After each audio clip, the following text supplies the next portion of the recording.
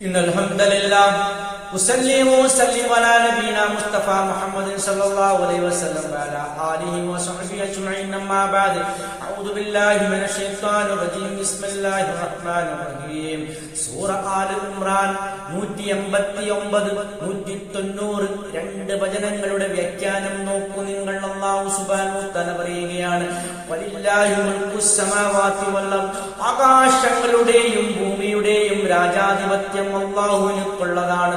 വല്ലാഹു അലാ കുല്ലി ഷൈഇൻ ഖദീർ, അവൻ എല്ലാ കാര്യത്തിനും കഴിവുള്ളവൻ തന്നെ എന്നാണ് ഈ ആയത്തിൽ പറയുന്നത്.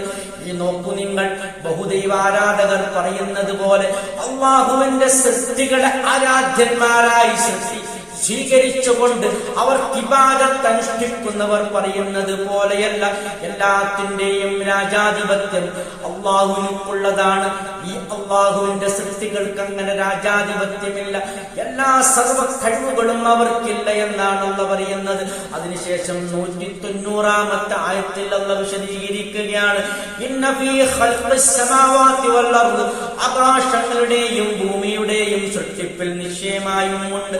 വഖ്തിലാഫിൽ ലൈലി വൻ നഹാർ, രാപ്പകലുകൾ മാറി വരുന്നതിലുമുണ്ട്. എന്തുണ്ടില്ല ആയാത്തിൻ, ദൃഷ്ടാന്തങ്ങളുണ്ട്. ലിഉൽ അൽബാബ്, ബുദ്ധിമാന്മാർക്ക് അതിൽ ചിന്തിക്കാനുള്ള പലതരം ദൃഷ്ടാന്തങ്ങളും അതിലുണ്ട് എന്നാണ് അല്ലാഹു പറയുന്നത്. നോക്കൂ നിങ്ങൾ, 7 ആകാശങ്ങളുടെ സൃഷ്ടിപ്പ്, ആ ഭൂമിയുടെ സൃഷ്ടിപ്പ്, അതിൽ വലിയ അത്ഭുതകരമായ കാര്യങ്ങൾ ഒളിഞ്ഞു കിടപ്പുണ്ട്. അതിനെ പറ്റിയൊക്കെ ഗവേഷണം ചെയ്യുന്നവർക്കും അത് നേർക്കുനേരെ കണ്ട് മനസ്സിലാക്കുന്നവർക്കും വലിയ വലിയ അത്ഭുതങ്ങൾ വെളിവാകും. അല്ലാഹുവിന്റെ സൃഷ്ടികൾക്ക് ആരാധനകൾ അർപ്പിക്കുന്നവർക്ക് വരോടാണ് അല്ലാഹു സുബ്ഹാനഹു വ തആല ഇത് പറയുന്നത്. അവർ ഒരിക്കലും അല്ലാഹുവിന്റെ ആ സൃഷ്ടാവ് എന്ന പദവിയെ അവർ ഒരിക്കലും നിരാകരിച്ചിരുന്നില്ല.